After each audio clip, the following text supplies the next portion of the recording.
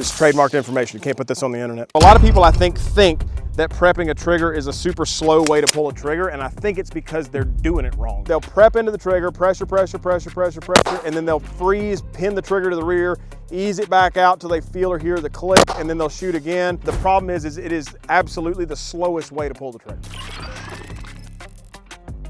The interesting thing that happens with trigger prep that we have to be careful of, especially as coaches, is it's very common when you take a person that's newer to shooting or that hasn't ever been taught like trigger work, they get the best group they've ever shot when they start doing trigger prep. The issue with that is that they become very reluctant to ever abandon it. Trigger prep is a thing, and for the love of God, if you need it, I think you should use it. But I do think that if you are trigger prepping every target at every distance, that is a very, very, very beginner level way of shooting that you should quickly work to move beyond and far away from. How do we kind of get over that? The vast majority of the issues that we face are based on moving the gun while we're pulling the trigger. In a perfect world, I would be able to take any trigger from start to finish, like not touching it to the gun firing, just pull it as fast as I possibly can, make the gun go bang, and never move the gun. But when scoring becomes in play at a far enough distance and a consequence is tied to that scoring, everybody's gonna trigger prep if they want to hit. I absolutely prep a trigger every now and then. So we'll talk about the different ways to do that. Then we'll talk about how would I train to not need trigger prep. That becomes an interesting conversation. So what happens when I miss?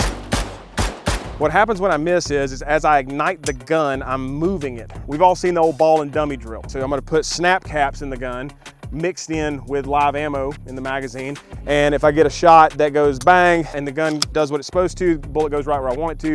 If I get a snap cap and we see a person do something that looks like this, we're like, aha, you flinched, you suck at shooting. I think that drill is absolute garbage personally. And the reason I think it's garbage is because everybody puts something into a gun. And what I mean by that is if I were gonna shoot a bill drill for you and the third shot was a dead round and I didn't know it, right? What you would see is 1, 2, click, right? And I would push on the gun. If I can push on the gun, but my bullets are still all going where I want them to and they're going there very quickly, then why am I wrong for doing that? Why? The gun is going to move, you have to put it back. That's all a part of this. I think that what we have a disparity in is the timing of when that happens. If you watch me get a dead round in slow motion, it looks like this, right? If you watch my wife, right? She looks like this. Right? So there's a difference in the timing of when I'm putting something into the gun. The only ways that I know to fix that timing problem is time on task, just training, experience, and doing the thing. And the next one is gonna be trigger prep. So if I need it right now and I don't have the training time to build the skill set to not need it, what do I do?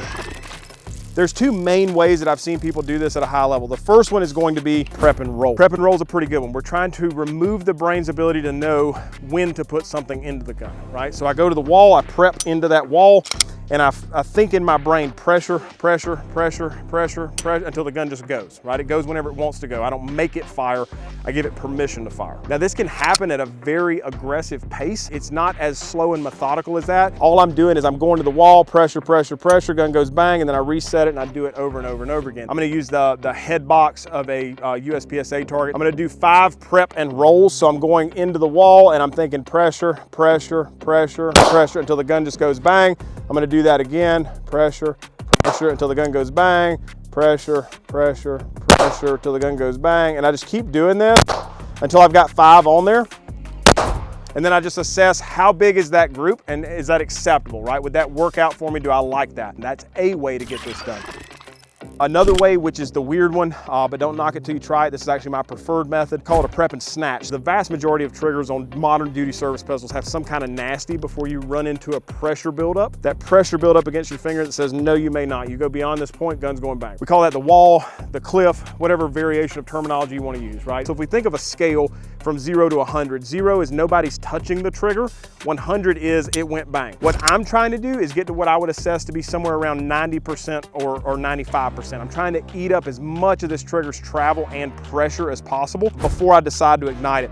The wall is not 90, right? The wall is typically somewhere around 80. I'm trying to dig beyond that. So if you kind of like put your eyeballs on your trigger as you're pulling it, you'll see that it goes to the wall, and then there's all kinds of interesting stuff that like happens and jumps and travel that happens beyond that wall.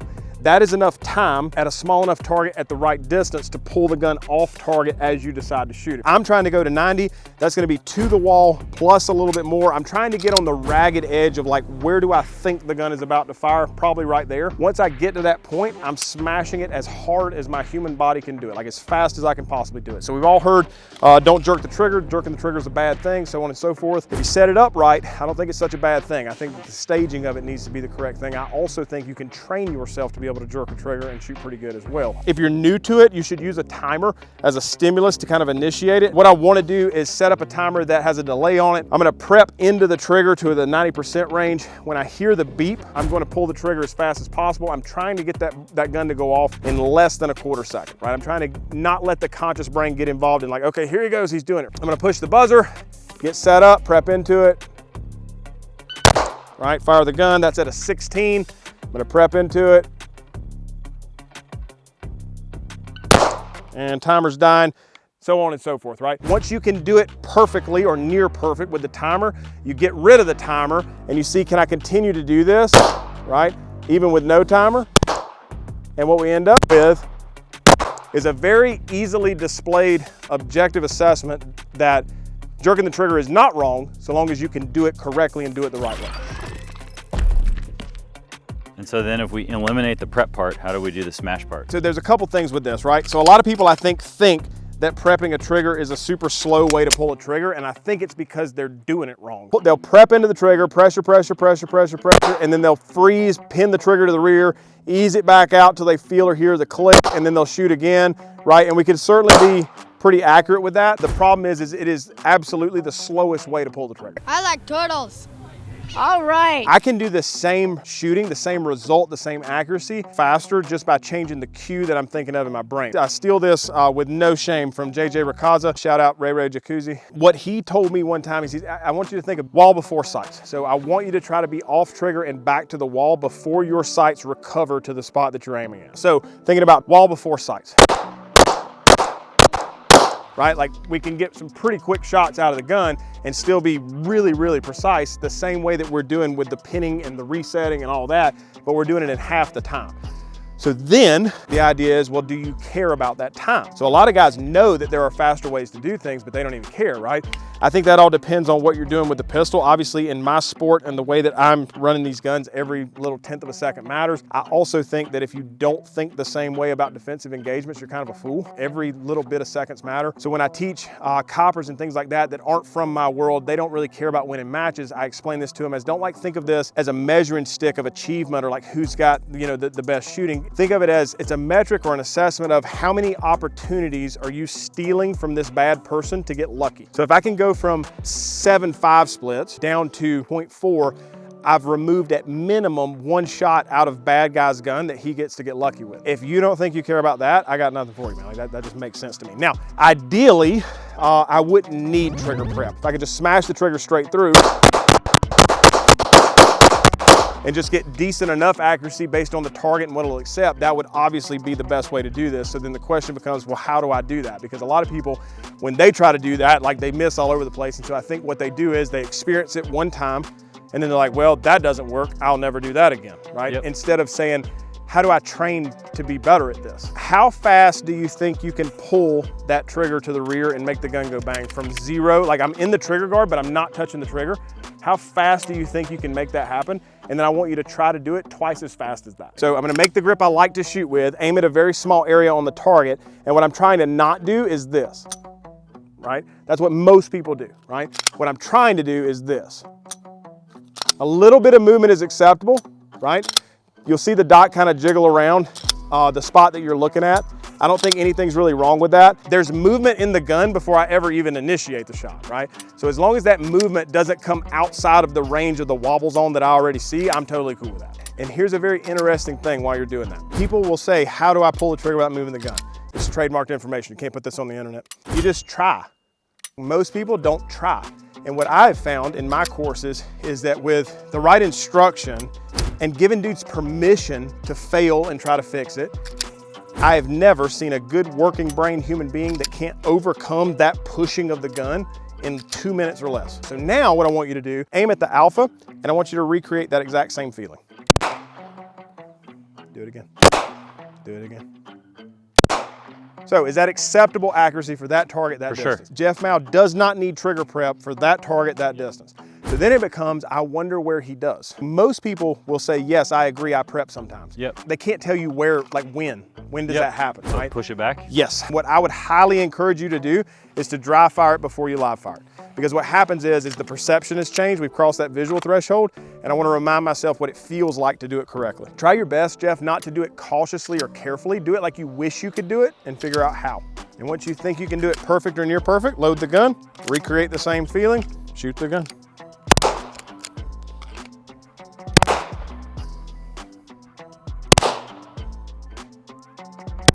All right, so are you seeing the dot jump over to the right in dry fire? No. So you're not doing the same thing then, right? Yep. So something's different. What I would do is I would stop, unload the gun. I want to see that happen in dry fire, because if we're not recreating it in dry fire, we're not training the same thing that we're trying to do, right? I want you to try to make that exact same feeling you just had and do that exact same thing. Pretend there's bullets in the gun and see if you can catch your dot jumping over to the right side. So really make sure you're putting the same pressure on the gun that you would as if it were firing.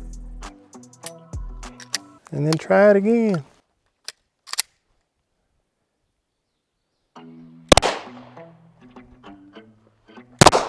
Those are doing good. Perfect. Yep. Cool. Then push that back further. Definitely opening up a bit.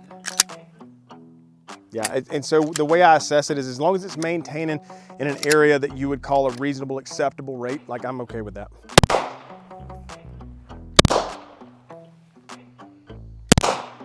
Good, dude. Good. When people typically do this, they'll walk up, like we'll shoot 3 to 5 rounds at each yard line, 5, 10, 20, 25, all that kind of crap. They'll have like every bullet like in a softball, and there'll be one Charlie, and they'll be like, and it's like, dude, if you're gonna like crap all over yourself, like you just did something that I would say is pretty cool. Like that's pretty cool to be able to smash a trigger at this distance and maintain majority alpha most of the time. But if you crap all over it and you're like, oh, that sucks, I suck at shooting because of this one Charlie, I don't think you retain the skill because you're telling your brain you don't like this. We understood why that was happening. Yep. And then we Fixed did something to fix it. Yeah. And then it didn't continue. Right, it's great. So Right. it is irrelevant. So let me show you the building blocks of this. Come on back here one more time. There's levels to this, right? So a lot of people are like, this is really hard, I can't do it. So the first level is beginner level smashing. So beginner level smashing is gonna be, you've got the wall of the trigger, you're prepped to the wall. Can I pull the trigger without moving the gun, right? Once you can do that, you may touch the trigger but not apply pressure to it, but we're not taking out any takeout. Then, can I smash the trigger without moving the gun? I started you in the middle. Finger can be in the trigger guard but not touching the trigger. Can I smash the trigger without moving the gun? The next level is finger index down the side of the gun. Can I come into the trigger guard, pull the trigger without moving the gun? And then the final boss is, I've got a dead trigger, I'm gonna hold it to the rear and rack the gun, mount it, and can I come off and on without moving the gun? Prepped. Level 1 is you're prepped to the wall and you're just smashing straight through, and does it look acceptable? Level 1 is prepped. Does it look good? Touch it, but you can't push it until you decide to smash through it. And then level 3 will be in the trigger guard, but right not here, touching it. the front. Yep. Which is kind of what I was doing. Yep. Okay, so level 4 is indexed. Yeah, and then coming into it. That's a really interesting one because you'll feel your pinkies try to tense as you bring that finger down. There's weird movement as I'm getting into the trigger guard. I'm not assessing You're that. not assessing I'm that not at all. assessing that. Because you're running that finger down like all over the gun. It's gonna like move it around a little bit.